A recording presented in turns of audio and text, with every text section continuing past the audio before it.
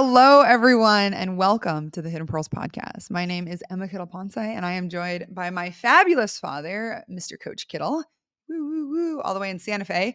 I am currently in Sendai, Japan. Cody signed with the Rakuten Eagles out of Sendai, and so I am living out some travel. Rakuten. Yeah, I'm living out some travel baseball fantasies and just along for the ride. So we haven't done a show in a while, and part of that was just traveling. We went to India. There's just been a lot of moving pieces, and since we have some time to ground down and kind of get clear, we wanted to do a show and reconnect, kind of open up this channel. So welcome, everyone. Welcome back to the Hidden Pearls podcast. Well, thank you. It's really good to be here.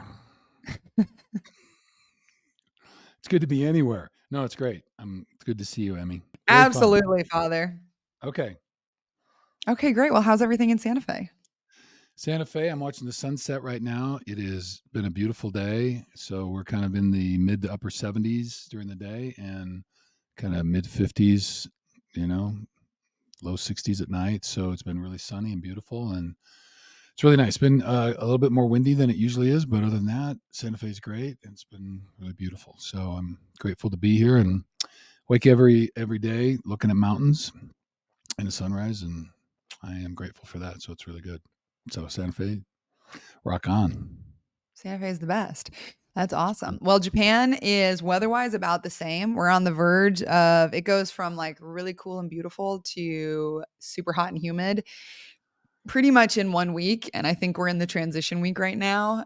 So I'm just trying to appreciate time outside before it gets super, super hot. Japan is an island, very much an island. It's kind of like a long, massive island. And the humidity she peaks up. So yeah, it's coming. But I did get to experience cherry blossom season, and Cody's family was just out here, and we went to like 6 or 7 different shrines and temples, and it's been really fun to just kind of re-explore this part of Japan. I've never really spent a ton of time in Sendai, so I'm loving it so far. It's very beautiful.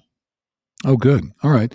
And tell me, for those who followed, so you were in Japan last year because Cody played with a different team then. How far are you and like what direction from where you were last year? So the way that I like to describe it, Japan, and I apologize to my Japanese friends if anybody listens to this and I'm butchering it, but for me, conceptually, this is how I have mapped out Japan in my head. It looks like a lowercase J, right, and like kind of a long tail at the end, but the dot on top is Sapporo. It's a separate island, or it's Hokkaido, the island of Hokkaido, and we lived in the main city, Sapporo, so like where the Sapporo beer factory is. And Cody played for the Nippon Ham Fighters, and so we were up there. And then that's the only professional NPB team, so it's like the MLB but the NPB team on Hokkaido on that island. So it's just in Sapporo. Then once you come down, then like there's a gap, there's the water, and then there's like a little chunk of land at the top, and then Sendai is kind of like Sendai is probably like 2 hours from the top of that J. So you've come down a little bit, you got Sendai, and then it's another 2 hours, just about 2 hours on the bullet train to get to Tokyo. So we're like 2 hours above Tokyo, and then right below Tokyo, we got Mount Fuji, and then it kind of like trails off into the southern part, and then even the farther islands like Okinawa and down there. So we've been all over the place. Okay. A lot to explore. And the fun thing is like every time we go to a new, and in the States, it's awesome, like following George around and doing that stuff. It's cool to like see all the different cities in that way. And with Japan, it's like you pretty much touch almost every part of the country as we travel around. So it's been a really amazing. I feel very lucky to get to see the country this way. So it's been awesome. All the different foods, the culture. Yeah, so Japan's great. If anyone comes out, come to a game with us. Very good. Well, I know one person in this household that is planning on it. Yeah, mom's coming out. She'll be here in the fall. It'll be great. Okay, wonderful. Well, that's how we are personally. Life's going great. I guess one of the reasons we really wanted to do this episode was because we have started something called Hidden Pearl Studio, and it is What? actually I know, and it's an app. There's also a website, but through that platform, we have different meditation and mindfulness practices, and there's a very concise theme to all of the classes that we put out every month. And I guess we kind of wanted to offer a different and more accessible way in case you haven't tried any of our classes or you haven't used the platform to kind of understand and hear the reason why we have themed the classes the way that we have. And what this is our 6th month of putting content out. So Hidden Pearl Studio is still very much a little baby spreading its wings right now. But this beginner stage is so fun and special because we're really getting to know this process on such a deeper level. And it's actually been really great because one of the programs that we have on Hidden Pearl Studio is called Mindful Awareness and Performance. And there's a couple different parts to it, but that process, Dad's process, which is also on the app, has really guided us to kind of find the mission and the why and like where our stance is on everything. And so it's really cool to kind of use our own practices to refine the message that we're putting out. And so for May, we wanted to just take a moment to share some of the reasons why May, I mean, like every other month, is so important, but the energy behind it and give you all a little insight into some of the classes. I like that. I like it. Indeed, we are kind of we're still funging around and manipulating and thinking about it and doing all that. So it's a creative process. So as always, we're always looking for feedback on things that would be relevant and people what you enjoy and all that kind of stuff. So, Em, when on the studio on the app, we have different things. You have what you call an energy forecast, and you just talked about kind of the energy of what we're doing and that kind of thing. Do you want to talk just a minute about kind of energy? Because I think people get, as I've introduced that, my own journey with that over the last year, 2 years is, really kind of changed. I mean, I've kind of, you know, intellectually kind of understood some things, but like connecting to it and how that relates to our body and the three parts, the mindfulness, meditation, and movement and all that kind of stuff. So when you talk about energy, because that is such a core component of what the studio is all about. Do you want to say just a few words about that and how that all fits in and what people when you say that, what do we mean by that? Like when we say just energy in general, Yeah, like the energy of when the you month. like you have an energetic forecast, right? Or the energy Mhm. forecast for May. All right. So like when I'm thinking about that, like, okay, there's a weather forecast and there's a market forecast. Like, so what when you say energy forecast, like what is that? And what does that have to do with mindfulness, meditation, and movement? Because that's what we're offering. Yeah, definitely.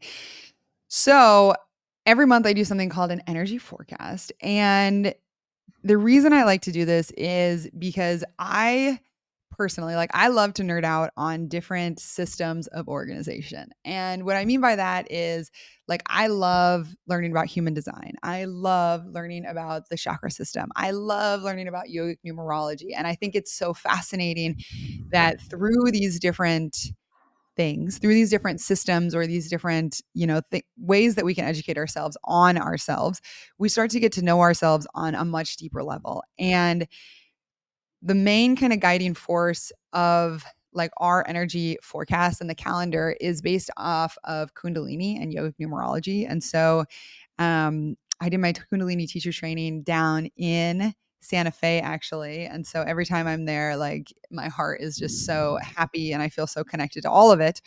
But the reason that I feel like this energy has really helped me so much and why I wanted to dictate the teachings this way is so life is so fast. I'm sure as all of us know, right? Everything just keeps moving so fast. And every year I get older, the faster it seems to go. And I know that you told me this would happen, Dad, but now that it's happening, it's a little crazy.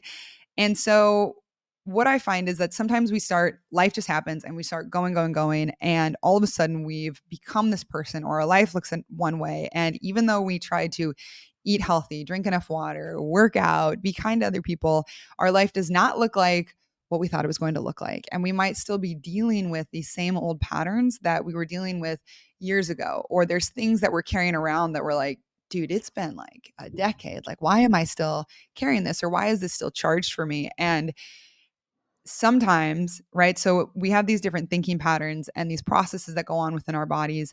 And if we don't slow down and start to pull, like hold space for the separate stages that our mind goes through or that our emotions get processed through, sometimes we just look at it and we're like, I'm a really sad person, right? Or I'm a really anxious person, or I am a depressed person. And I know that that does apply in certain situations, but when I was in like my kind of like clinging to titles or definitions, or yeah, when I was a little down and out on things, it helped me so much to pause and pull apart the process and learn about the way that my mind works and my emotions work so that I could see like the whole system, like the system as a whole is not broken, right? There is one piece where there's like a thorn or there's some stuff that's been like shoved under the rug or like hidden away that I have not had the courage or the space or the tools or the awareness or the wisdom on how to approach. But now I do have them. And if I can slow down and hold space and start to love that part of myself and integrate that part of myself a little bit deeper, then this natural kind of like healing ripple begins to move out. And where all these pieces may not have fit together into a puzzle before, it's they just start to click.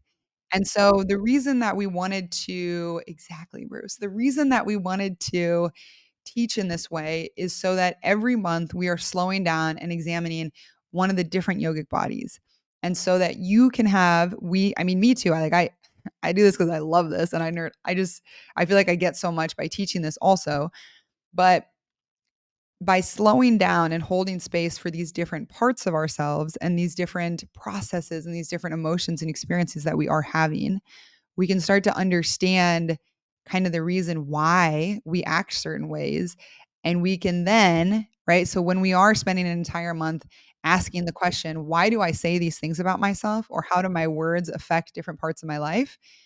Then we can start to see how, like, our voice, like the thoughts that are in our head, those are all impacting different things, right? And like, so this month, it's all about our voice. Last month, it was all about our heart, right? The month before, it was about our core and our power center, and so on and so forth. But there's these different ways that we can relate to ourselves. And so through the energy forecast, I like to give kind of a broad picture of this is what's going on this month energetically. And this is kind of the space that we're going to be holding, and then within that, I like to break down the different classes that we have taught, that we have prepared, so that people kind of get an idea, the lay of the land of how they can really use the platform and how they can use the classes to decide, like, maybe they want more of a movement practice, or maybe they're looking for more mantra or more breathwork practice. And so there's a little flavor of everything, but everything is also dialed in to what is the yogic energy of the month. Okay. So I'm with you and I hear what you're saying, but like, how does my negative self talk or my mood, how is that energy? Like, are you talking like energy out of the electrical current? Or are you Kind talking of. molecular? Or like when I'm just like, so the energy forecast, and when you say yogic energy, and I know Kundalini, the word itself stands for energy, but like, what are you talking about? Like, what kind of energy? Am I looking in the sky and seeing sparklers? Am I feeling something? Does my heart pound different? Like, tell me about energy. What is Kundalini energy? What is yogic energy? What are you talking about? You're like this crazy woman in Japan right now. So, like, what kind of when you say energy forecast? Okay, I do yoga. So what? What are we doing with energy when I do yoga or breath work or meditation or mindfulness? Excellent question. All right, so if you Okay. think about like a little spark of energy, right? There's this flash or something. Like think of kind of like a ripple of energy. And anytime we do something, we are cultivating some energy, right? So anytime we have an experience, when we wake up in the morning, right? So we can feel how our energy starts to shift. We can feel how there is energy in sacred places. Like when we're in Santa Fe, the energy is palpable. Like you can feel this super grounding, incredible essence that the earth has to it, and like all the spirit and the spiritual practices and the teachers that are there.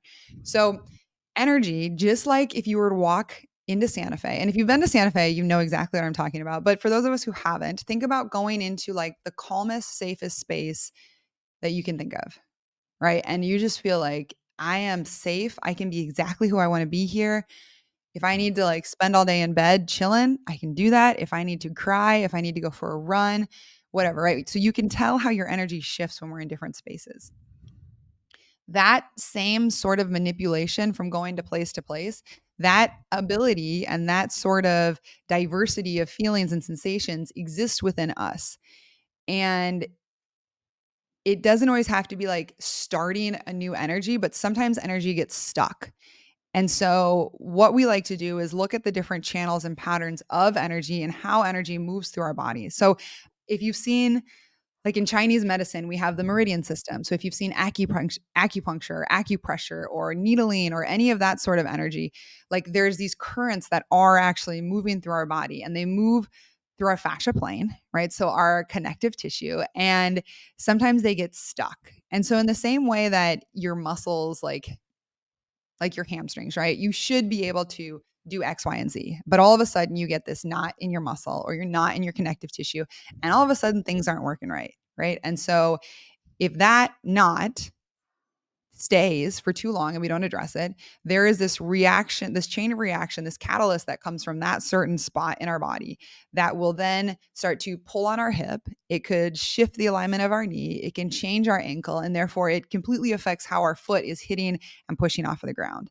Well, when we put it that way in physical terms, it's like, you should definitely, obviously, get your hamstring checked out. Like we need to, you could do some exercises there. You could foam roll it. You could go for a walk. You could have someone look at it. You could get acupuncture. Like there's so many different modalities that way.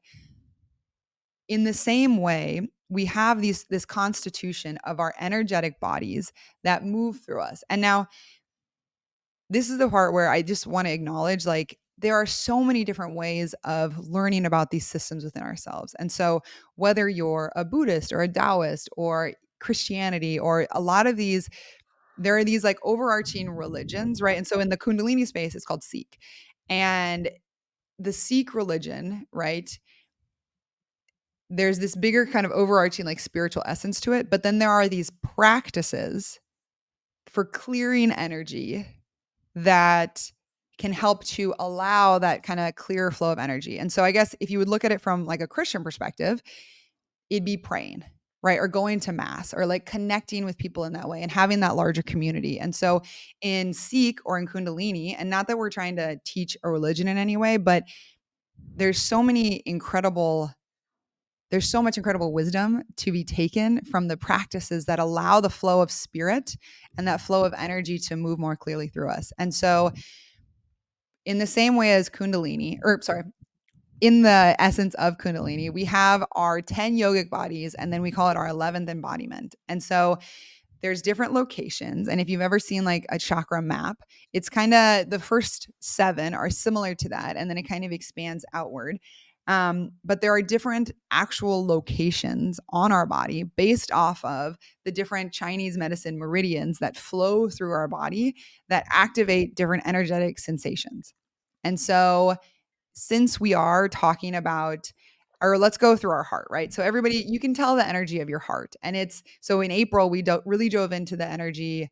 Or I guess I should pause. Am I on the right track, Bruce?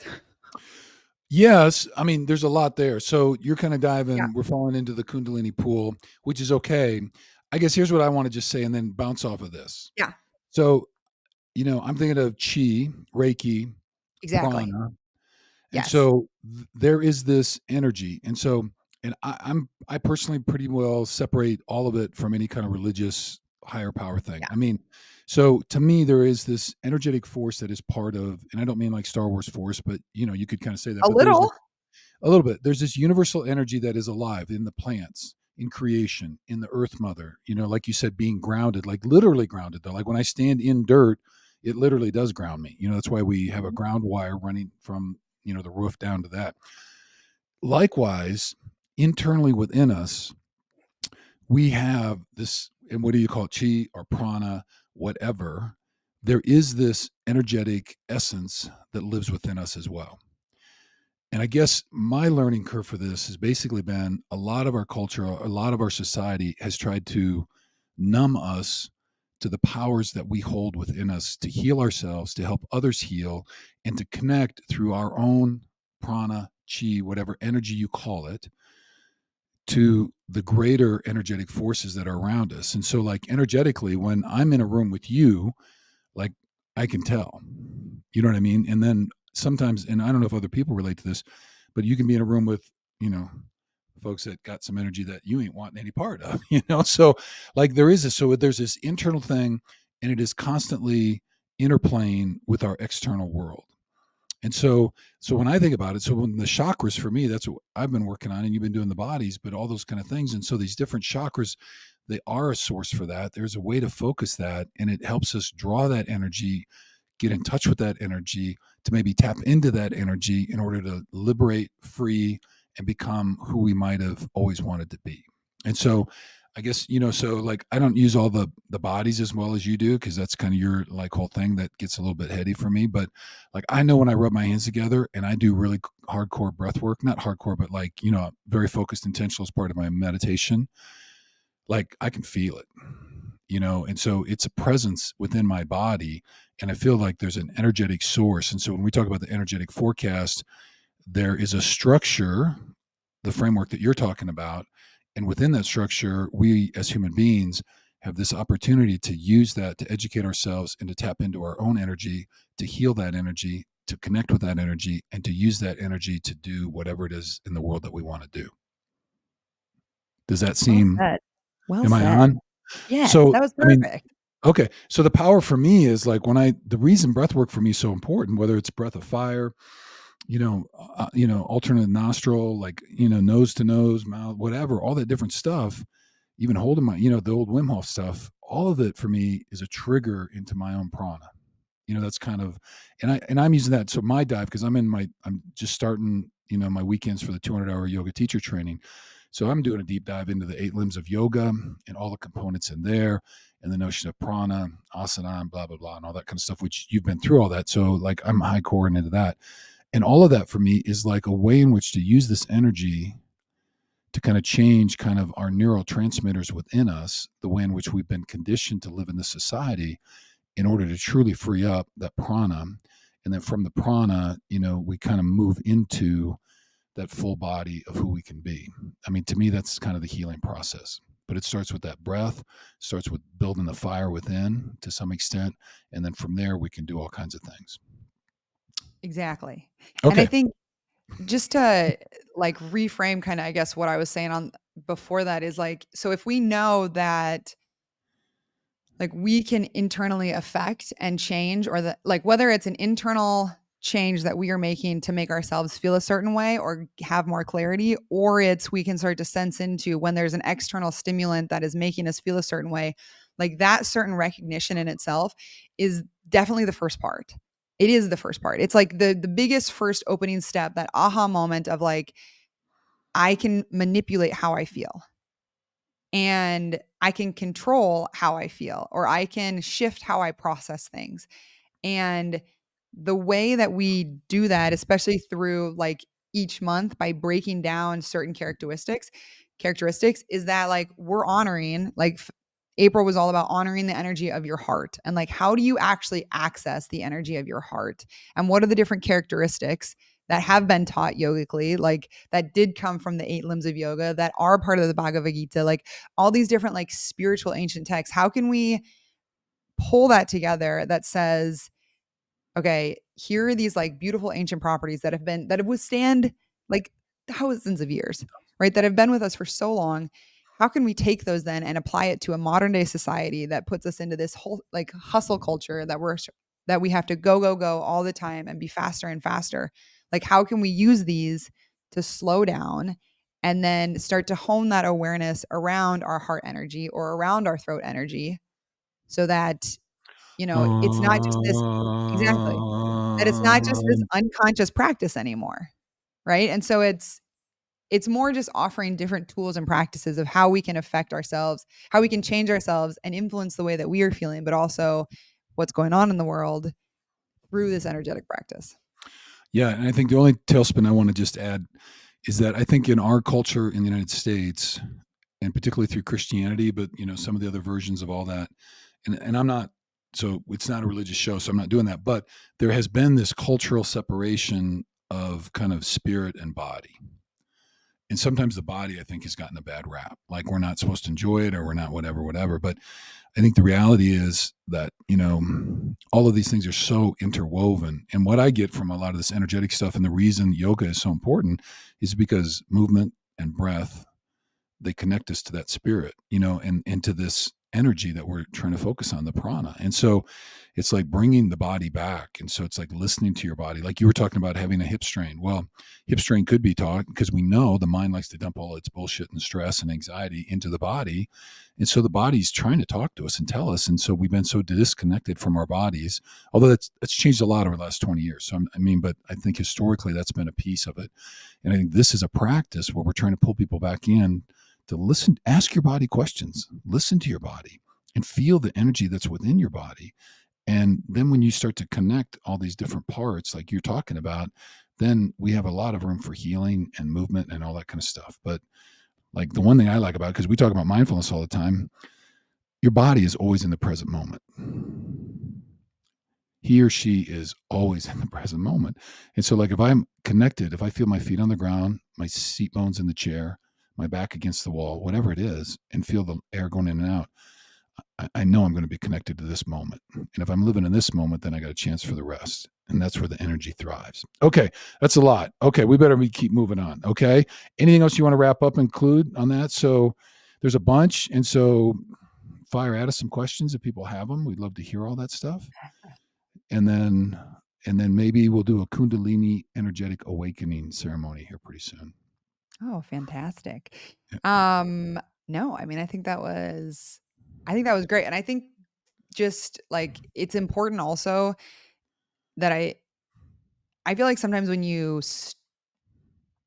like when we're talking about these systems or like the framework of how to do something, I think sometimes it feels like, oh, I guess, and this is how I was in the beginning. It was like, well, this like area of my body is based off of this yogic body, and that means this. And I put a lot of like rules and regulations around it and kind of like boundaries of like, okay, I'm gonna like really focus on this. And in my kind of spiritual, like doing just a straight gainer, like going into it, making it a little bit more rigid than it needs to. I think sometimes we shut off our intuition. And so I will just say that as much as like these practices are kind of like suggestions and offerings that we have, but it's more about allowing yourself to slow down and see what practices help you to turn up your own intuition. And something that I always like to think about is like this practice is kind of like a treasure map, right? So even if you think like total Pirates of the Caribbean, you have something over here that works, you have a piece over here, you might find a map somewhere, or there's just these kind of threads that you begin to pull on. And exactly like we were talking about our puzzle pieces before, is like they just start to fit and you start to figure out what feels good to you and what doesn't feel good to you, and the things that make you feel expansive or the things that make you feel contractive. And as you're going on this journey, like, I mean, the three words that we always use are healing, love, and unity.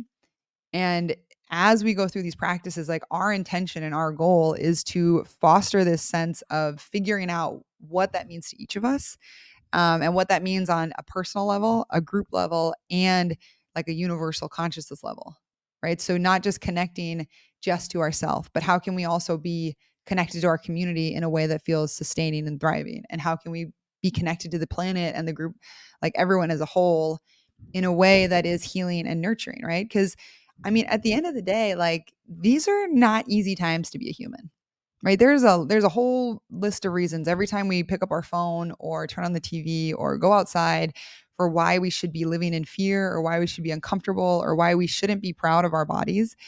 And at the end of the day, I think personally, like I just want to create a space that helps people to feel more secure and to feel safer in who they are and how they're showing up in the world.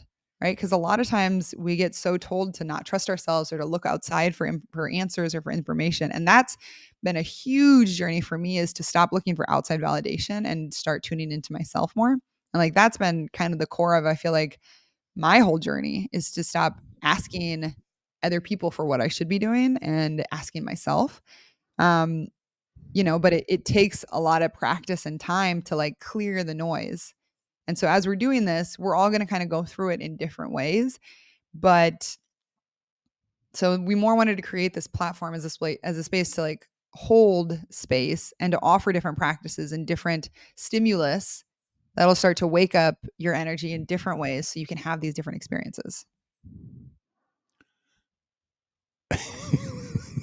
Girl, you're like an encyclopedia. Okay, I just want to hammer one thing that you said very early on in that response is I think the traditional view of some of these bodies and meridians and all that stuff, whatever you're talking about, had some pretty tight rules around it, how it applied to different body parts and all that. And what I heard you saying is pick what works for you, be fluid, and trust yourself. And don't let any of those limits or rules or any of that kind of stuff. So we're not going to teach it in a way that's super strict. Well, we'll kind of show you what historically has been done and maybe what the tradition has talked about, but people can pick and choose what works for them and make it come alive in their own way on all the things that they're doing. Am I getting that part right? Okay. I think that was great. Okay. So I just want to make sure people really heard that, because then you went into the law, this other stuff, which is all good. The Pirates of the Caribbean and Search for Treasure. And I love all of that kind of stuff. So, okay. So there you go. So light your fire, get the prana going, and, follow the energy. And I do really like the piece you talked about kind of the love and the unity and the healing and that kind of piece. And so there's that internal stuff. And as we work internally with this, we do change ourselves. And as we change ourselves, there's a natural, working to express that externally, with other people. And like you said, the community and all that kind of stuff. And so I think it takes us to that. And that's that neurological change that takes place when you actually sit and meditate and breathe. It does make a difference. Okay. By golly, then let's talk about what's going on in May. We've kind of hammered the energetic body, and your report is out there. Is there anything else you want to say about that to kind of lure people in, make sure they take a listen? It's Nope. beautifully Definitely. done.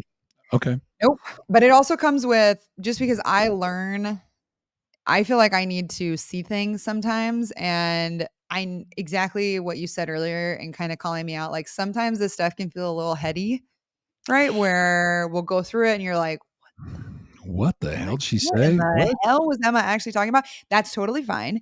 So what I did is, for every one of them, I created a list of all the key terms and some different ways to go through it. And then I also have some journal prompts and questions, because I know sometimes it just feels like so out there, that especially when you're first getting started and we kind of go through the honeymoon phase and we're like, everything's awesome. But I think having some actual notes and some text down so you can just use it and integrate it and write on it or whatever you want to do. So all of them have journal prompts and all of the different terms that we have too. Right. And agree, don't get overwhelmed. Do one little part and get your feet wet and just kind of see, and work at it that way. Don't let it overwhelm you that way. And then you're like, oh, it's too much for me and I can't go. So, okay. I like that. All good. All right. Then do you have something else other than the energy report for May that you'd like to share that's going to be in your content? I know you're doing some yoga stuff that connects to all this. So you got some movement pieces. Would you like to share a little bit about that? I would. So Excellent. I guess the energy of May, we've kind of talked about how the energy moves and works, but the energy of May is, as we were saying, it's all at our throat. So the larynx, La, right? So it la, is la, our, la, la, la, la. exactly, Bruce. It's how you're listening to this. And it's so important because the sound vibration is what Hidden Pearls podcast came from. It is the essence of what this podcast is. So it's being mindful of the things that we say and how it physically impacts, it has a physical impact on the world, on ourselves. And the other thing is, like, so if you're on the studio, you know that a lot of the other energy we've been working with is like our soul body, and then the working through the three different minds and how our mind processes things. And it's been kind of like a little esoteric and out there. This one is all about how do we ground those practices in the physical body and how do we feel it, right? So it's we have a lot of movement practices. Um, but the big thing that I wanted to do and something that has really been loud in my own world lately is that our voice to each one of us is the most healing sound in the world, right? So my voice is the most healing vibration for me, and your voice, Dad, is the most healing vibration for you, and that Uh, so healing. I know you're just changing lives. So when I'm though, but making it's people so turn off the click yeah, I off, know, right? hit the off button. But it's more just and I think our voice is such a sacred but also intimate sound. And so it's taking a month to kind of slow down. And if we're one of those people, and when we first started this podcast, the first couple times I listened to myself, or I was really nervous to start this podcast because I always used to say, like, I hate the sound of my voice. I hate how I sound on camera. I hate what I'm saying. Like, I just like it wasn't coming out the way that I thought it should sound. And honestly, through a lot of mantra and through also just doing these podcasts over and over, I've come to really love and respect and honor my own sound and that I do just have like a really low, raspy voice. And that's just how it always is. Yeah, just You wouldn't ripping have smoked darts all the cigs in junior high. in junior high. Yes, as an eighth grader, that was Pack of me. Marlboro Reds in her shirt. Yeah, little cowboys. Um, yeah, totally. I right. So this month is all about it's activating that voice center and getting comfortable with it. And so in all of our classes, especially the movement classes and all of the movement classes I created, you start with 5 breaths. So we're going inhale for 5, out for 5. So using that ujjayi, that ocean breath. And then we move into 5 ohms. So every class we do 5 ohms together and it's waking up your throat, right? So kind of clearing the energy that's right here. And then we'll go into a movement practice. And so I did, what do I have? I'm looking at them all right here. We have a lower body one, we have an upper body one, we have one that's really just focused on your neck and inversions, we have a core one, and then I also did one for lymphatic drainage. That's more just like some like more, it's the movement practice that I do every morning when I wake up. Um, there's one that's over 20 minutes, but otherwise everything else is like 15 minutes. And then our meditations are the same. They're designed and chosen to really stimulate the energy of our throat. So the first week, right now, what we're doing is the breath is we're doing 5 breaths per minute. So we're really working on slowing down our breath. And then we have neck release. So it's just how to use your breath and your movement to release the energy of our neck. Then we have one called Svana Pranayam, and it's yeah, I know. And this one is it's a panting. It's also called dog panting video, or dog panting meditation. And it's so stimulating through your throat and it helps to clear mucus out from your lungs. We have this hum practice that I designed to help you kind of get more comfortable with the sound of your voice if oming and chanting isn't it. And then I also have a full on chanting one. And the mantra is ra, ra, ra, ra, ma, ma, ma, ma, rama, rama, rama, rama, satanama.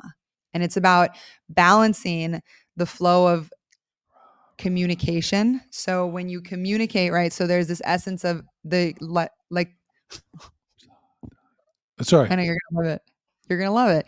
I It's will. a really good one, but it's this really repetitive motion, and it's one of the things, the energies of the month that I talk about in the energy forecast is we need to know when, like as we're starting to study and look at the patterns of our own communication, it's important to recognize when we should speak and when we should teach and when we should share and when we need to practice really deep listening and that energy of receiving communication instead of always just putting it out there. And so that mantra is designed to heal and balance those channels and make it easier for us to understand and notice and see when we should be speaking or when we should be listening. Okay. Those are my Lot. classes. What'd you Okay. do, Dad? Well, all right. Let's see. Well, toward the end of April, we included in this month though. So the full moon, and we just do that on the date that it is. So that was the 23rd. So we did a full moon card reading, pulled a totem, and the old moose showed up. So we kind of walked through that, and there's some journal prompts. And it's really just an awakening. A lot of the card drawing and totems. I know there's some people that do some stuff, with tarot and all that kind of stuff, and it's a little futuristic. This is really more just reflection stuff, and so it's just kind of offering some of the medicines that the various animals carry in out of the Native American tradition, and just using that to really ask ourselves some questions about who we are, what we believe in, our lives, and that kind of stuff. So, the Moods was all about self-esteem and joy, and having confidence in the ability to acknowledge when you and or others do something positive or successful or achieve something, and not to be afraid. If anybody's ever heard a male moose bellow across the swamp, they are not afraid to issue their voice. And so I thought it really tied in with the fifth chakra really well as we introed into May. So being, it's okay to have a little bit of pride in what you do. Certainly, you want to mix it with a little bit of humility and all that kind of stuff. So, but anyway, full moon card drawing there. We just kind of walked through the old moose and what he may or she may have to offer for us. So we did that. The other piece we just put up is mindful parenting part 4. So so we're kind of just really getting into that. So encourage folks. It kind of all does tie together. You don't have to get it, but I think it makes more sense because I kind of try to build on it. So if you haven't been a part of that, so we've been just talking about who we are as an individual and kind of healing ourselves, and then doing some core values and who do we want to be as parents, and then just the conversation is always about how can we fit mindfulness and breath work into that, and how can that actually help us. And then I know people have questions too about how do I teach my kids? How do you teach a 3-year-old mindfulness? There's a lot of debate about that, so you have to be cognitively appropriate, and I'm not going to get into that. But I think uniformly, I think what I've learned is the number one way to teach your children anything is to model it. And so, and that's really what this last one's about. So I talk a little bit about what I found this on the Emily Post website. I don't think Emily's alive anymore, but I don't know. I don't follow that. But I was just searching for a couple things, and they talked about the golden rule of parenting. And that for them was to always be the parent or person in front of your kids that you want them to grow up to be. And I thought that was pretty good. And so if you know who you want to be, and so that's a lot of the work of knowing the self and healing the self. And so that's what that part 4 is really about, kind of that golden rule, and just the journal prompts are all related to that, and just questions about, on the one hand, identifying who is it that I want my child to be. And this is really more about traits and characteristics. It's not, lawyer, doctor, or yoga teacher, and we're all about kids having freedom to explore and create and follow their passion. But on the other hand, what you want to instill in them. And if that's what you want, then what does that mean for me as a parent? Who do I have to be? So anyway, so that's part 4 of that. And there's a PDF that goes with that, and the journaling and all that kind of stuff. Then I guess the other is, I'm doing the Mindful Mondays and the Mindful Minutes. Now they both come out on Mondays though. So we were doing a Monday, Friday, but when we moved them to the one to the studio. So May 6th is just an introduction to the fifth chakra, which we've talked about, which is all about expression, communication, and speaking and living out our truth. And so, so there's one. So the first one's really just an introduction, talks about all those characteristics. It is the color of blue, light blue, sky blue. So we visualize that in the little floating orb. We did a massage therapy on our chakra to try to wake the old thing up, all that kind of stuff. And so, interesting though, the fifth chakra is kind of the first of what people call either the spiritual or mental chakras. The first 4 are connected more to body and earth and survival and creation and all that kind of stuff. And now we're getting into the kind of a little bit more connecting to as we go through the crown. So we'll have the third eye coming up, and then the crown chakra. So we're moving up. So anyway, so like that. And the kind of the mantra is I speak. And then at least what I found was the actual, instead of Om, it's hum, to activate. And so we've got one of those. So anyway, the Mindful Mondays, you can look forward to them. The intro to fifth chakra, I talk about that, and we do a guided meditation into that just to activate and get used to trying to focus on it. May 13th is a fifth chakra cleanse. And so that one is specifically doing some activities to try to cleanse that chakra and get connected with the others. And then May 20th is about speaking our truth. And so we go through a visualization about maybe some things in our lives that we haven't acknowledged or spoken or stood up for that maybe we should. And so we do a little work around that. And then May 27th is I called it Letter of Truth, but it's a letter of truth to our future self. And so if you envision the person that you want to be, whenever that is, your highest self, hopefully, right? What would you tell that? What would that letter look like? And so I just ask some very pointed questions and give it's kind of a fill in the blank kind of meditation. So it gets just people to think about how they would do that and what they would say to those people, so say to their future self. So anyway, so that has been kind of the load that I've been pushing out there. So those are all there, and the mindful minutes try to tag into those. So if you like those will also be out there. So that's a little bit of my work trying to support the fifth body as we go through all of that stuff. So any questions about that, Em, that I can follow up on? Yes. I think, and I know we all have like our own interpretations of it, but for you, when you think about all those classes and things that you're putting out, right? What does it mean to you to have a either open fifth chakra, fifth body, or like a healed energy center there? Like what would that look like to you? Well, I think it covers a couple components for me. I think one is we grow into that if we are able to heal that in the full sense of the word. And I really want to say this to people, and I try to say this in the meditations all the time. All of us are a work in progress. And all of this has to be done with a lot of grace and forgiveness and non judgment, because we are in that, and so part of this is that kind of thing. And so I think it's recognizing, as we learn about who we are, and I think the throat chakra is a beautiful example of this. And when we talk about living out our truth, I mean, really, what does that mean? Because we're told to follow the herd. We're told not to be an individual. We're told not to be too loud. We're told not to wear too bright of clothing. We're told all this stuff. I think a lot of it's a crock of shit and a lie.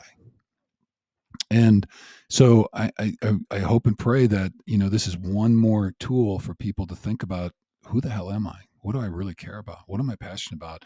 And what does it mean for me to speak my truth? And that's different for everybody. And so it doesn't have to be with a bullhorn standing on the corner doing all that stuff. But in certain situations in life, we have either relationships or events where it pushes us in a way, and we know this is a moment we need to stand up. And if we can strengthen and empower and give people the courage to, one, discover that, and then heal whatever needs to be healed, and then be able to live that out. So that is really one of the parts of the throat chakra for me, is when I really think about my inner truth and what it means to live that out. If I start to practice that, then when it shows up in real life, I might be ready for it. So that's the one. The other one is all the times in our lives historically that we didn't do it, that we let our true highest self, our authentic self, get eroded away. And that's really painful. I mean, when you go back and look at it, either whether you're a little kid or high school, and again, I think there's not a single person in the world that hasn't failed to be their authentic self in some situation, you know what I mean? Or to speak their truth. So we've all done that. And so I think the part of it, really this is step one, is seeing those things and going back and forgiving yourself for that. And maybe looking, what could have I said? What maybe did I want to do? And then figuring out how to let go of it and learn from it, but move on from it. So it's kind of healing the past and then knowing who you are, and then preparing yourself to show up in that way. And I think cleansing of that chakra, all that stuff gunks us up. You know what I mean? And like for me, there's a relationship between actually the body and speaking and listening, as well as kind of the mental component of all the mind games I play with myself and the things that I tell myself about what I didn't do and all that kind of bullshit. So it's just freeing all that stuff up. And so I think when you start to find that alignment and the cleansing and you're focusing on it, when something pops up, you can set a boundary, because we're not supposed to be rude, or we're not supposed to be whatever. Protecting yourself and your boundaries is not rude. It's, it's protecting yourself, and you need to in this world sometimes, and that's okay. So trying to give people permission, I think that's the other part of the fifth chakra, is it's permission to listen to the inner voice, to acknowledge my truth, and to live that baby out. Okay. All right. Yeah. I think it Okay. was great. I think, you know, yeah. And I feel like for me, part of it is that hesitation, like when you know you want to say something or you want to do something or you want to express something and you have that hesitation because then all the thoughts start to come in of, oh, you should say it this way, or it would land better, or it would be better, or it wouldn't hurt as many people if you said it this way. And then your mind gets so cluttered that, you know, no matter what, the energy just gets like shut down and it gets blocked. And I Right. think like that sort of visualization and like how things kind of like bubble up, and then it just gets blocked. I think that's a really easy way to visualize like why it's important to intentionally open this energy center or to heal it or to find practices that strengthen this energy. Because if you can find practices that make you feel more comfortable and more appreciative of your own voice and more trusting in the things and how you say it, then when it comes to those moments of speaking up for ourselves, I think it shifts the energy away from like this is a life or death situation. Right. This is like a make or break situation to just I'm just going to speak and I'm going to be human and I might fuck it up and I might it might not come out exactly how it's supposed to come out, but it's better than it not coming out. And for me as a woman, and I know not just women are like this, but I have a lot of emotions and I feel things really, really deeply and really, really strongly. And something that has been a shift for me and a healing process for me is when I want to say something, so many of my emotions would come behind it and I'd get so charged and I would be unable to speak in a way and my throat would get all blocked up and I wouldn't be able to talk because it would literally be like this clenched sensation, like me trying not to cry. And I would then like, why do I Mhm. have to cry? Like, I feel stupid for being so sad. I shouldn't be so emotional. Like, why can't I just say this? Like, why can she say whatever she wants to say and I can't? And so, really doing these practices have made it so that when those emotions come up, I can take a breath and I can feel it, but my brain and like the emotions and what I want to say, it doesn't turn off. And that has been a huge, like, such empowering energy shift for me because now, like, in a situation where I feel challenged or there's conflict, it doesn't seem like the end of the world anymore, and it doesn't seem like I'm wrong for saying how I feel, where in the past it did, and that's been really, really freeing for me. I think you're dead on with that. So, we've worked a lot with communication skills and all that, and it's connected to this thing, though. We have this image of who we have to be and how perfect it has to be and how bad it's going to blow it up if we speak our truth. And the reality is it's not. And you know what? If a relationship ends because you spoke your truth and you were your authentic self, then I mean, goodness, be thankful. you know? I mean, because like if you have to pretend to be someone you're not in order to sustain some kind of relationship or situation, ultimately long term, it's going to be brutal. I mean, it will eat your soul. So we can't do that, and so that's really, I think, what you're saying about that and this whole notion. And I know how that emotional piece, but and the other thing is, as you practice it with the practices, and then you actually do it a few times, as you start to do it more, you realize people go, "Oh, I didn't know you felt that way," or it's not the end of the world. Like your mind creates this whole story about all the bullshit that's going on. Universe. Oh my God, it's going to fail and everything's going to, it's not true. So speak your truth, trust it, and whatever the chips may fall, it is okay. You will be fine. So, but I will say this, I think there is a moment like in that emotional state, I still attempt, not always successful, to kind of lead with kindness. You know what I mean? Even though I may disagree with somebody, I'm setting a boundary. Like, thank you very much, but that's not happening, not going there. So it doesn't mean that you have to like be brutal or mean or any of that kind of stuff. But I think speaking that truth, and again, the more you do it, the more comfortable you get, and your whole body is going to go, thank you, Emma. It does. It knows when you're doing it. So just to really encourage. And so I think that's a great thing about this month because I think this is such a critical thing for people. Because honestly, we've been building up, from the root and then the sacral, solar plexus, and we get to the heart. And all of this inner survival, creativity, like blah, blah, blah, and all that stuff, Who it am I gets, gonna be? What is my life mission? yeah. Like, And what now is my here it is, sole boom. purpose? And then it winds into our heart chakra. And then there we are with all this emotion and all that kind of stuff. And then it's like we can't quite get it out. And so here we are. This is the step of boom, listen to the inner voice, discover what your truth is, do what healing you have to do.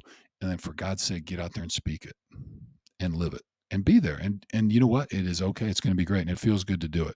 So anyway, all right, love it. Well, no, Okay, and what? I also like just the last thing on this is I find it so interesting because we had been stalled out on our podcast, right? And we were kind of like, okay, we have all these interviews, but like our schedules weren't lining up and whatever. And then all of a sudden, we prepare all these classes for May, and you and I both through our own kind of process of clearing this energy and listening to this energy and waking up this energy. And all of a sudden, we're like, why the why aren't we just filming a podcast and all this stuff that we want to say? Like, why aren't we just saying the stuff that we want to say? So the fact that we're doing this in May, I think, is just hilarious. You know, no such thing as coincidences. Yeah, I'm cleansing and but clearing. my big shift for being more comfortable in saying how I felt that changed everything for me was mantra. And because it helped me to kind of hone my voice and hear it and like get familiar with it in a way that I never had before. And so if you are very brand new to this, there's a practice in our May collection called hum, and it's just getting used to the vibration, and it's a super introductory practice so that if mantra and chanting so so if mantra and practice is like something that you've never done before, or you just like want to kind of get into that or just experience it, this is a really, really accessible thing that you can do. Okay. And then so I worked the meditations I was working, we either did the hum, like it's actually hum. I mean, that is Mhm. the throat chakra activation. And the other one is if you want to think one is just I speak I speak. or I express, or, they're just these words about communication or whatever you want to say. I live out my truth. And so I've got one with some of that stuff in there as well. Just a couple things you can kind of think about to offer an affirmation, a suggestion, a manifestation, whatever you want to call it, as far as we go that. So let me, I'm going to just switch gears slightly, but I think it's in the same vein. So I just experienced something. So I don't know if people know about, but so I've been working really interested in and kind of diving deeply into not just the body, but excuse me, the somatic expression of life, So as I'm digging through the prana and the chi and all that stuff and things activate, then you're like, wow, I didn't know that was there. And then this feeling and this emotions over here and blah, blah, blah. And so what does it mean to live an embodied life? And I think, and I think for our family, I'll just, offer this as I think as athletes, we're all athletes, high school and college and all that kind of stuff. I don't want to say take for granted, but we live our lives so fully through our body because we're always working out, always going, doing things active, blah, blah, blah, and all that kind of stuff. But I don't know if I ever connected kind of breath, spirit, all that stuff in the same way. And so being able to in the moment to kind of really sink into that embodied stuff. So anyway, there's a group called Embodied Dance, and so they do this, and there's a kind of a, and I don't know how long this has been around, so people may really know it, but it's called ecstatic dance. So, and I think for some of you, you're going to go, oh my God, the old man is completely whacked out. Now, I'm just going to say though, so what happens is that you go to kind of like a dance hall, whatever, they hold it at different places, but there's two in Santa Fe, and they play, it's kind of like journey music, kind of, and it starts kind of slow, builds, and then it kind of crests down. And basically no one dances with each other. It's just people kind of in space letting their bodies intuitively, energetically follow the music and do whatever.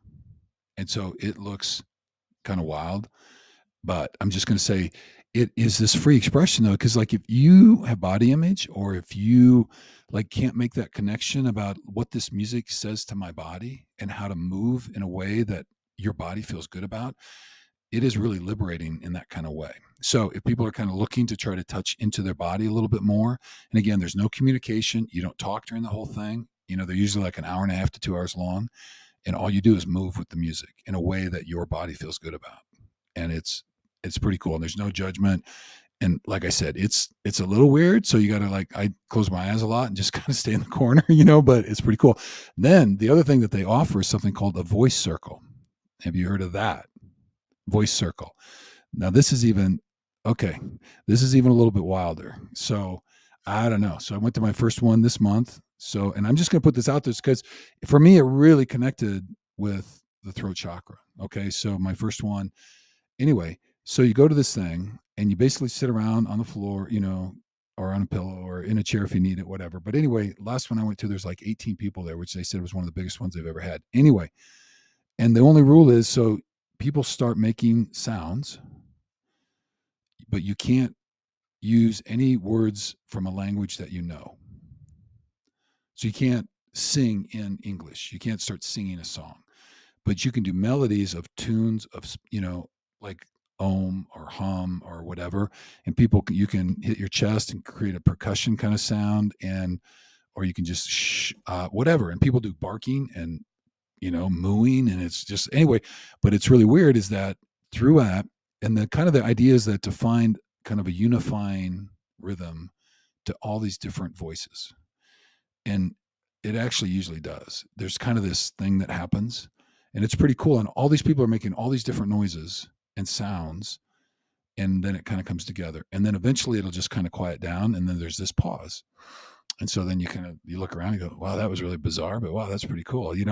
Anyway, and I would just say this because like I was at the ecstatic dance and they announced this, and so the person that was coordinating, I texted her and I said, listen, I'm like the only person that got cut from fifth and sixth grade choir. You know what I mean? Like can't sing, at all. Like, and I was thinking about what you said, Em, how you get shut down at one point in your life. Like, professionally for me, like being a lawyer, you had to speak and do things in public and all that. But there was times in personal life that you don't. And I kind of go back to that. I wonder if like I just said, screw you, music, or whatever, and turn my back on it, kind of went to sports. But anyway, that's a little deeper. But anyway, the point is that this voice circle, I was a little bit like, I thought people were going to have really like tones and all that. And it's not. Like nobody there can barely sing. It's just crazy, but it sounds pretty cool. And so like, if you want to really free that baby up, the only way to activate the throat chakra is use it. I mean, Yeah. you can tap it and do all that kind of stuff. So, and there were a couple things in that session that I was really, like, and I was not thinking. I really clicked out of my mind, and I just let the energy talk to me, and whatever wanted to come out, come out. And it was actually really a neat experience. So anyway, if that's too much for you, you can just, fast forward. But I'm just saying, if you have one near you, you might give it a try if you're looking to do that. And again, no judgment. People were really great and accepting and all that kind of stuff. So I just offer that. I will say off of that, like, first of all, I love that you went, and I'm totally going when I get back from Japan. We're gonna go to this voice circle together and the ecstatic dance. I want to do everything. But I think the big thing that I want to pull out of that is just because you don't have like the exact words to say something, and also after I was down in Peru and I had my like most spiritual experience ever, the guy who was instructing us, Sam, you're an angel, he said, don't talk about it. Like, don't talk about it with anybody. Like, you can talk about it while we're processing it here with our group. And like, if there's anything you want to share, but don't try to put your experience into the human language. Don't try to confine what you just experienced into the human language. And that has been so profound to me because in so many ways, like if I am hurting from a situation that happened and the other person can't understand it, like sometimes they're just never going to understand it. And I've just realized that there are channels of communication that are sometimes open between people. And then there are just ones that aren't. And you're just missing the mark. And in those ways, I think we just have to surrender to the fact that, like, there might not be healing through the human language, through human language and through speaking in this way.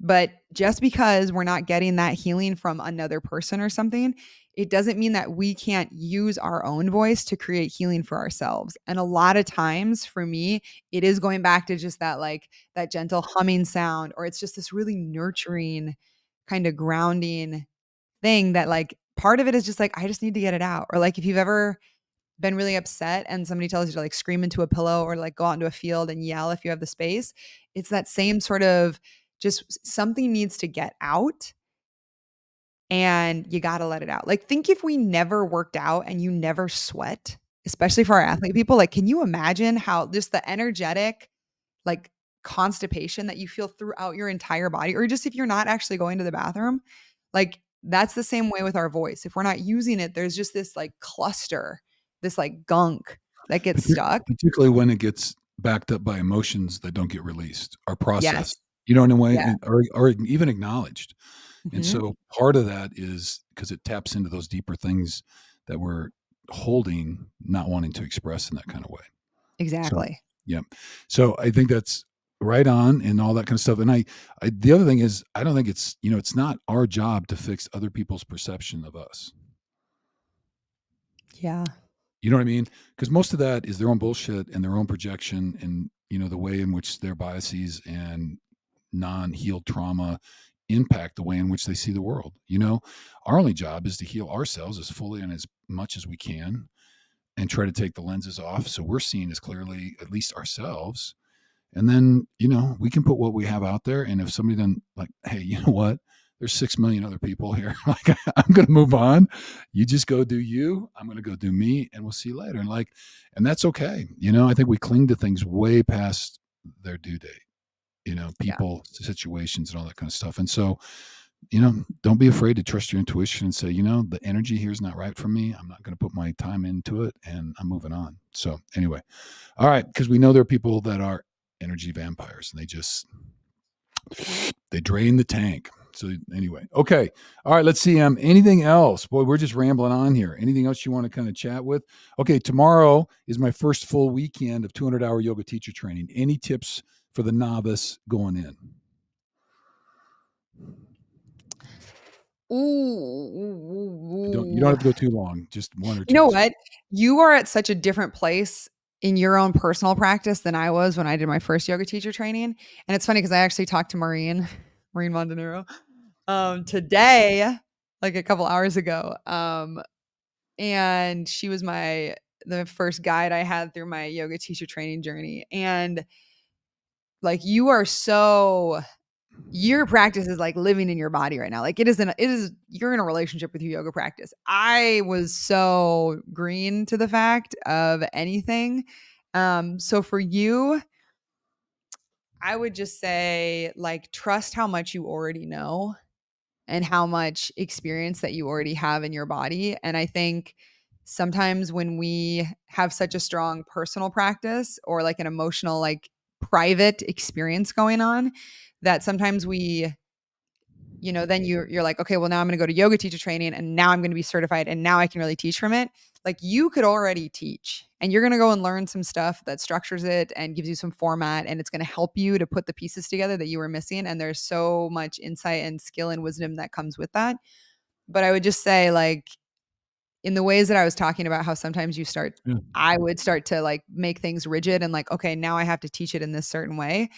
I would just say like, just trust like what works for you and that in Yeah, itself I is do. really really magical and really special and you're going to learn different frameworks and different language and different ways to express that which is going to be really fun to see and experience but just remember that like your practice is already alive and it's already with you and Yeah. Well, and I I actually appreciate. got you a really awesome present for your teacher Oh, training. okay. Can't wait. I got it in Well, Kyoto at a Buddhist temple. okay. Well, so I think the one thing I heard you say, and this has been kind of a mantra because I picked it up from other people and put things together, but about we are the magic, we are the medicine, and we are the music. And, in whatever that means in your life, we are always looking for some other shaman to offer the healing. And, I honor and appreciate that other people can be my teacher. So it's not that, but I'm with you on that. Like, we just have to stop thinking there's somebody else going to, come in and wave their magic. Authenticate myself or Yeah. initiate, like, the self Like, initi like, somebody yeah. else is gonna come down and, like, tap me on the shoulder. Oh, now you're ready. And I'm with you on that. And the one thing I'm 65 and my body's got its own issues. So like I'm kind of the king of my own modifications, right? Like I know which parts I can do and what I can't, and I know I'm not going to look like the 25-year-old, 105 pound, whatever, doing backflips and shit because that ain't happening. So, but I know it works for my body, and I'm a larger frame. I got bad shoulders, a little bit of a knee issue, and it is what it is. And it's like really, honestly, I think when I wake up in the morning, the first thing I do, I'm grateful for the breath that I just took. That I woke up, and then I'm just say thank you to my body for all the things that we did yesterday, because typically we do a lot, and it's so cool. So anyway, I'm excited about it. And just to kind of, I think having the group and, I looked around a lot and there were a bunch of them online, but I'm doing this one down in Albuquerque and I'm driving down each, weekend for that just because I wanted to do it in person, which I think makes a big difference. So anyway, so I'm looking forward to that, and we'll just kind of You're see doing what it at happens. Blissful Spirits, which is where I taught when I was in Yep, Albuquerque. So the I fact that know. you're like, what a full circle moment. I loved being there. Yeah, so Denise is our lead instructor, and Melanie will be there later. She's out of town for the start of this, but she'll be back in June. So we're excited about all that kind of stuff. And so yeah, so the old blissful. Yeah, when I connected with Denise, she goes, "You're Emma's dad." She's like, "I remember Emma. She was blah blah blah." Anyway, so that gave me a smooth entry. You laid a good path for me, so it's all good. Uh-huh. So all right, well, Em, we rambled on probably enough. Any final thoughts, words, or whatever? You're definitely you're the music and magic and medicine in my life, little one. Dude, I feel so I just think it's so cool. Actually, Cody's family was out visiting us this last week, like I said, and we were talking about different characteristics. I was asking like Joe what characteristics Cody's dad he had passed on to his kids. And then they flipped it and they're like, what did you learn? Like, what have you learned from your parents? And for mom, I said just like unconditional kindness and always lead with love. And I said, for you, I mean, obviously there's so many different things, but just the curiosity of life and like the constant desire to always be learning and like never being, just like the love of life and like the education process of it. And so the fact that you're doing a yoga teacher training at 65 is so freaking cool. And it's just like, I just love it because it's like you like we know you're not going to come out of this teach being like that little Instagram model, whatever. Like you're not that. And that's such a superpower. And that's why I'm like, I'm so excited for you to do this and to have the language to start to teach because I think, especially our audience right here, like they're going to get so much out of the things that you have and that already super personal connection that you have to your own practice. But now you're going to have the language and the framework and like how to make it more accessible. And so the fact that you're going on this journey and that it's taken like what it's been like 3 years since we've started trying to find the Oh, right training for you. It's yep. been a long time. And now that we're here and you're starting, it's so special. Yeah. Well, let's roll. Yeah, Hidden Pearl Studio audience members, this is all your fault. We're doing this because Emma told me I had to get something. No, it's something I've always wanted to do for really last 5 years. I've thought really hard about it, and then COVID hit, and everything really shut down. And then between that and our football season and travel and everything, it's just been tough. So, but this one worked out, so we're going to get her done. So it's good. Well, all right. Well, I appreciate it. We want to say thank you to all of our listeners. If you're here, still here at the end, you are a loyalist. So we should drop a quiz or something like at the end, and if they can respond, we send them a T-shirt. But Hey, anyway, that too, but I will also say if you watch this on our I'll put code in the show notes for like a Hidden Pearls studio discount. But if you are a subscriber on YouTube, there's actually a free playlist that is linked to that, and you can just log in with your YouTube credentials. So for all of our subscribers on YouTube who watch the show, it's linked in our bio. There's a link for that, and you can just get some oh, practices for free. It's not all the practices; it's like a select. I think it's like 7 videos, but it's a little taste of some practices on Hidden Pearl Studio. like sweet chocolate with Just a little taste. sea A little salt. taste. A little chocolate and peanut butter. Okay, All right, everyone. Well, now you can tell that our throat chakras are open because we are vibing right clearly. now. But either way, we'll wrap it up here and just say thank you so much for being a part of this journey, of this mission, of this adventure, of this treasure map that we have been putting together. And we're super, super grateful for each and every one of you. Hey, can I one other thing with the mindful parenting? One more thing. Just because I'm doing that, I'm setting up or working to set up with some kind of notable fathers out there so we can talk a little bit about fathership. But it's going to be focusing on this mindful parenting concept. So we're going to actually do some podcasts around that. So I guess I've got a kind of a short list, but if somebody has kind of a person out there that they think would be good, feel free to shoot us a note and why you think we should have them on the podcast to talk about mindful parenting. I actually have a form created that I will link in the Um, I'll link in the show notes also where you can either submit a question. You can let us know because Pops is going to start doing a mindful parenting group. So you can let us know if you'd like to be on the short, like the email list for that. And then also if there's somebody who you think we should have on to interview. So That'd there's be yeah. So then we can start to organize it. So I'll put it there. It's just a Google form so you can put all your information and stay in the know. because So we're a community a community. All and we want your involvement and appreciate it very, very much. So thank you. All right, Lou. right, everybody. Thank you so much for tuning into the Hidden Pearl Studio, and we'll see you next time.